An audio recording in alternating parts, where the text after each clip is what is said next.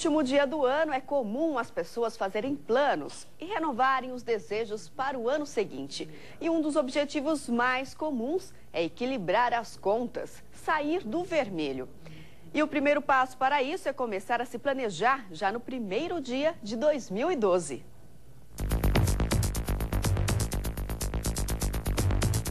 Rafael costuma controlar os gastos mensais. Nesta planilha, ele faz uma projeção dos valores para não sair muito do orçamento. As contas são inúmeras, mas fazer um levantamento dos gastos a pagar ajuda a entrar em 2012 menos endividado. No começo de cada ano eu projeto uma planilha em que eu ponho os gastos e que eu vou comprometer meu salário durante o mês.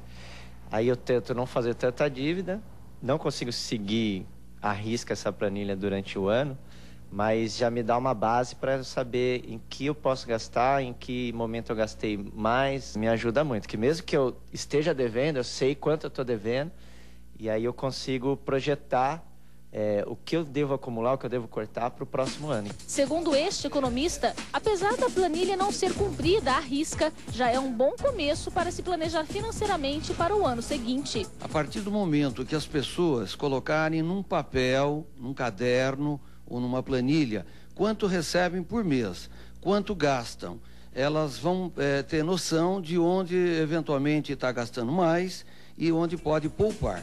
Mas nem todas as pessoas cultivam este hábito. O 13º eu acabo usando tudo no mês de dezembro mesmo, não guardo para o início do ano, não tem condições. Gasta tudo. Gasta tudo porque não tem como, né?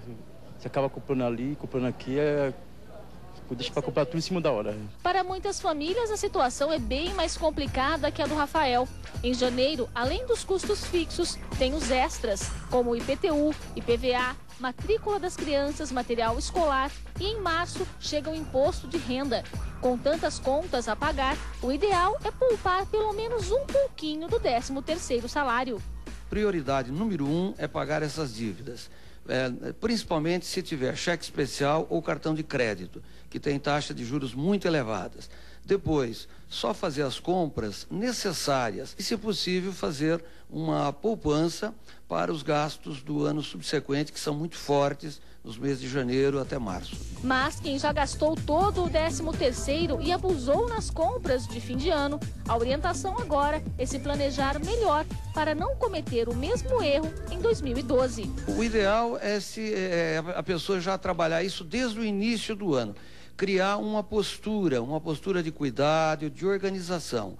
E aí ela vai ter como vantagem, como benefício, chegar ao final do ano muito tranquilo, muito sereno. 2011 foi marcado por muitos escândalos políticos e violência, mas teve também boas notícias, como a candidatura de Campinas como subsede para a Copa de 2014. Vamos rever alguns fatos que marcaram o ano em nossa região. As fortes chuvas do início do ano provocaram prejuízos em muitas cidades da região. Em Campinas, o distrito de Souzas foi um dos mais atingidos por causa do transbordamento do rio Atibaia. Em Sumaré, os estragos causados foram considerados pela Defesa Civil como os piores dos últimos 26 anos. 4 pessoas da mesma família morreram soterradas depois de um deslizamento de terra no bairro São Camilo, em Jundiaí. Em Capivari, 243 casas foram atingidas. A chuva também provocou inundações em Amparo, no distrito de Arcadas, em Atibaia e em Piracicaba, na Rua do Porto. Câmeras da Central de Monitoramento de Lindóia flagraram a ação de 3 jovens que agrediram um morador de rua da cidade. Em depoimento à polícia, os agressores afirmaram que tudo não passou de uma brincadeira. Eles foram indiciados por agressão. Bandidos invadiram uma casa na Vila Resende, em Piracicaba. Mataram a empregada e sequestraram o casal Cláudio e Lilian Meneghetti. Os corpos dos empresários foram encontrados uma semana depois, em um canavial da cidade. O caso ganhou repercussão nacional. Em outubro, um suspeito foi preso no Guarujá, mas depois acabou liberado. E o crime ainda continua um mistério para a família. Em uma nova modalidade de crime, bandidos passaram a atacar caixas eletrônicos na região. Mais de 100 terminais instalados em agências bancárias, lojas de conveniência e supermercados foram alvos. Em ações mais ousadas, empresas com forte esquema de segurança também foram invadidas e tiveram os equipamentos explodidos. Um lutador de jiu-jitsu morreu depois de ser atingido por um Audi que disputava um racha com um Camaro na Avenida Júlio Prestes, em Campinas. Os empresários Adriane Souza e Fabrício Silva, que dirigiam os carros, ficaram uma semana presos e foram soltos depois de pagamento de fiança. Amigos e parentes de Caio Muniz Ribeiro cobram justiça. Os motoristas foram indiciados por homicídio duplamente qualificado e serão julgados por um júri popular.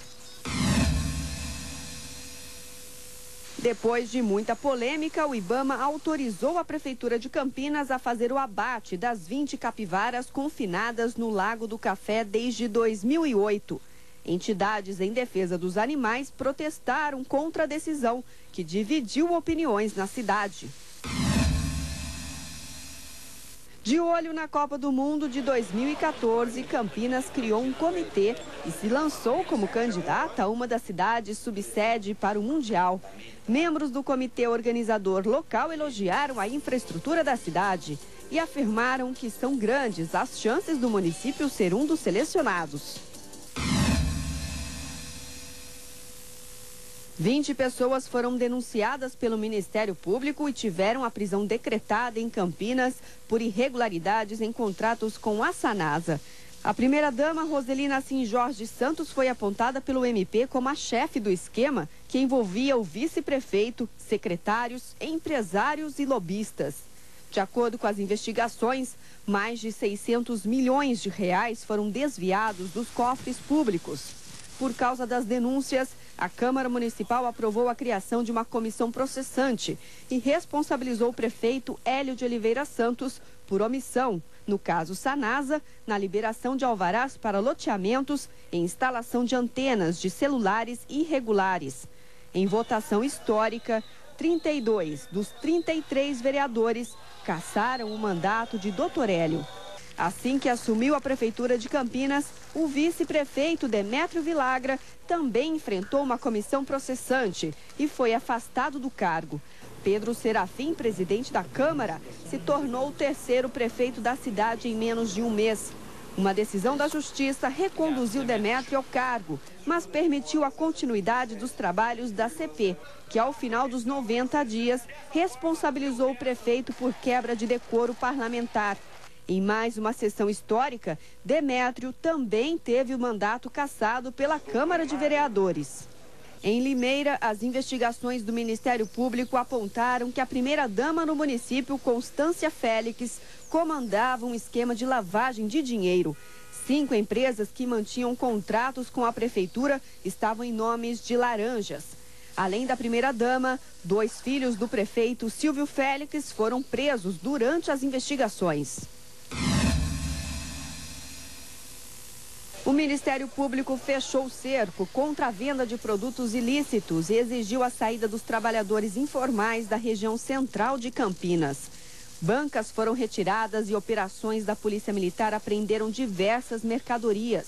Para tentar resolver o impasse, os camelôs passaram por um recadastramento junto à CETEC para atualizar os dados. Montemor foi a primeira cidade da região a proibir a distribuição de sacolas plásticas nos supermercados. A campanha Vamos Tirar o Planeta do Sufoco pretende incentivar o uso de embalagens biodegradáveis durante as compras. O arcebispo metropolitano de Campinas, Dom Bruno Gamberini, morreu aos 61 anos no Hospital Bandeirantes, em São Paulo, por falência múltipla dos órgãos.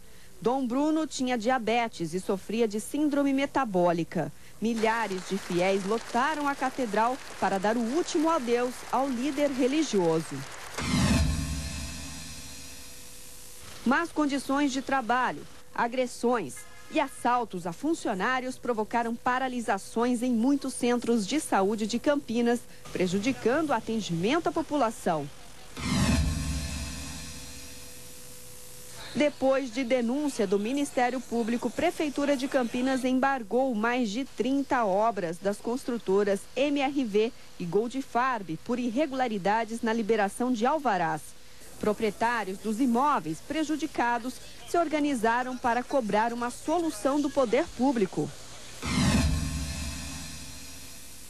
Um helicóptero que saiu do aeroporto dos Amarais com destino a Angra dos Reis, no Rio de Janeiro, caiu na região de Maresias, no litoral paulista. Os corpos do empresário André Martins e do casal Edson e Luciana Reis foram encontrados depois de 3 dias de buscas em uma área de vegetação fechada. Um avião modelo